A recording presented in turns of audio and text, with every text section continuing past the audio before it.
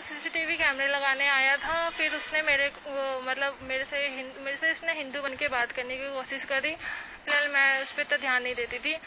फिर धीरे धीरे ये मेरे घर में जितनी भी मेरी एक्टिविटी हो रही है, कैमरे में इसने अपने फ़ोन में सब कुछ एक्टिवेट कर लिया था कि मैं कहाँ आ रही हूँ, कहाँ जा रही हूँ, मेरा पीछा करना हो रहा है या कुछ। जो घर में जो कैमरे लगाए थे, जो इंस्टॉल किए थे, उसका एक्सेस इन्होंने अपने मोबाइल में ले लिया था, यानी लाइव उसके मोबाइल। हाँ, उसके मोबाइल में चलता था कि मैं कहाँ आ रही हूँ, कहाँ जा रही हूँ, मेरे फैमिली वाले कहाँ आ रहे हैं, मेरे फैमिली वाले कहाँ जा रहे हैं, मेरे घर पे कौन आ रहा है, कौन नहीं आ रहा है, उन सबकी डिटेल ही अपने पास रखता था।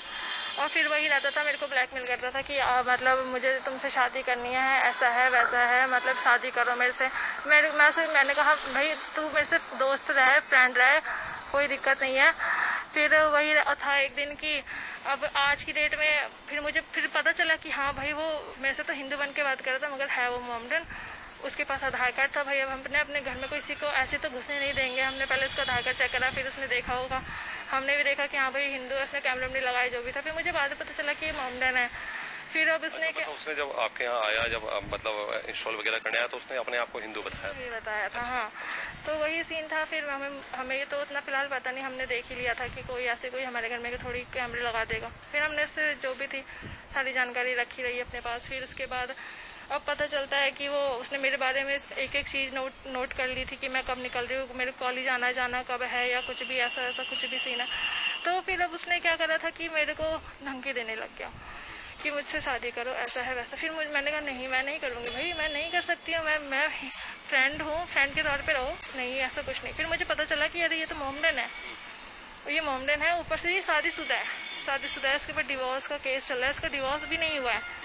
फिर मेरे को कहता है कि तू यहाँ, मैं रुद्रपुर आई हुई हूँ, अपने मौसी के घर राखी पे आई थी, मेरे को यहाँ 1-1.5 महीना हो गया मेरे को यहाँ रहते हुए। फिर अब इसने क्या करा, मेरी मौसी के घर आया, मौसी घर क्या आया, मेरे को उसने बुलाया कि तू आजा, नहीं तो अंजाम अच्छा नहीं होगा। जैसा अंकिता को जलाया गया था वैसे ही तेरा भी हसर वैसे ही होगा। खुली धमकी दी गई। खुली धमकी दे रहा था मेरे को कि हसर अच्छा नहीं होगा अगर तू मेरे से मिलने नहीं आएगी तो। फिर मैं बहुत डरी हुई थी। फिर मैं घर से बाहर आई, मैंने गाभा चौक पे फिर मैंने पुलिस की हेल्प ली। फिर उसके जरिए मैंने उसको पकड़वाया।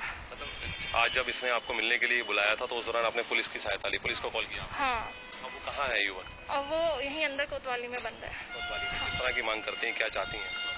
मैं चाहती हूँ ऐसे तो भाई, मैं तो सबसे पहले लड़कियों को कहूँगी, घर वालों को कहूँगी कि अपने घर में